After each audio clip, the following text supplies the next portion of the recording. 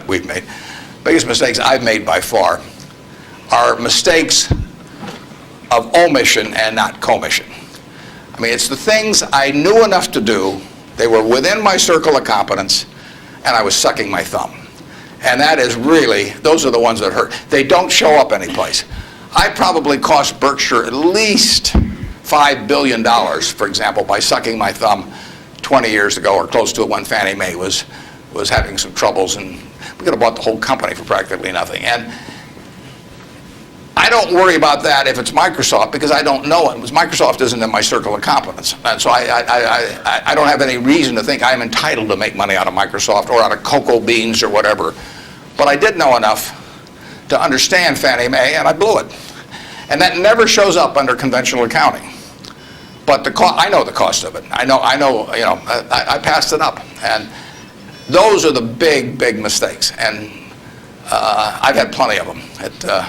And unless I tell you about them in the annual report, and I resist the temptation sometimes, unless I tell you about them in the annual report, you're not going to know it because it doesn't show up under conventional accounting. But omission is way bigger than commission. There's big opportunities in life have to be seized. We don't do very many things, but when we get the chance to do something that's right and big, we've got to do it. And even to do it in a small scale is just as big a mistake almost as not doing it at all. I mean, you've really got to grab them when they come, because you're not going to get 500 great opportunities. You would be better off if when you got out of school here, you got a punch card with 20 punches on it, and every financial decision you made, you used up a punch. You'd get very rich because you'd think through very hard each one. I mean, you went to a cocktail party and somebody talked about a company you didn't even understand what they did or couldn't pronounce the name, but they'd made some money last week and another one like it. You wouldn't buy it if you only had 20 punches on that card. There's a temptation to dabble, particularly during bull markets. In stocks, it's so easy. It's easier now than ever because you can do it online. Just you click it in and maybe it goes up a point and you get excited about that and you buy another one the next day and so on. You can't make any money over time doing that. But if you had a punch card with only 20 punches, you weren't going to get another one the rest of your life, you would think a long time before every investment decision. And you would make good ones and you'd make big ones. And you probably wouldn't even use all 20 punches in your lifetime, but you wouldn't need to. Yep. Mr. Buffett, good morning.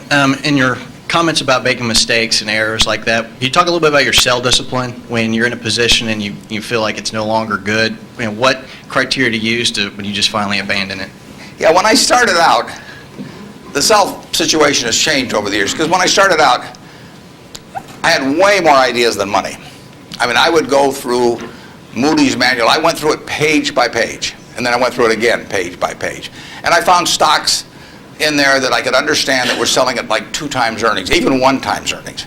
Well, when you only have $10,000, that can get a little frustrating. And if you don't like to borrow money, which I never like to borrow money, so I was always coming up with more ideas than I had money. So I had to sell whatever I liked least to buy something new that just was compelling to me. And for a long time, I was in that mode. And now our problem is we have more money than ideas.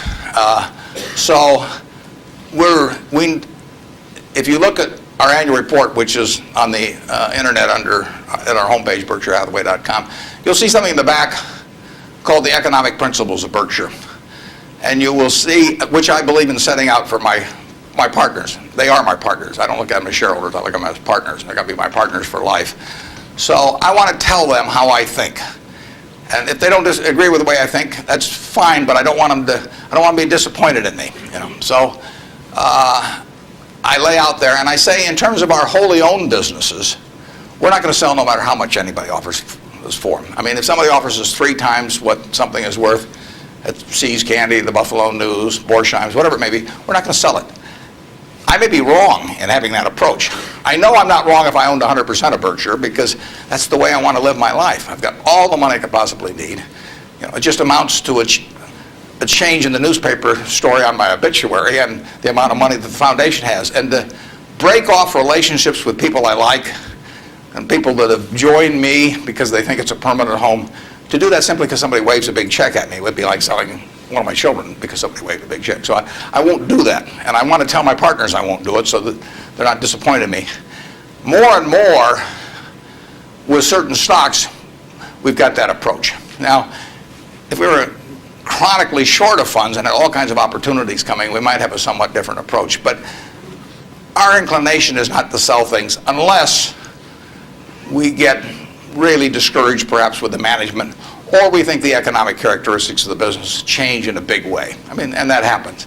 So, but we're not going to sell simply because it looks too high, in all likelihood. I mean, you can't make that 100%, but that's the principle under which we're operating. We're generating right now $5 billion of cash a year at least. So it's $100 million every week.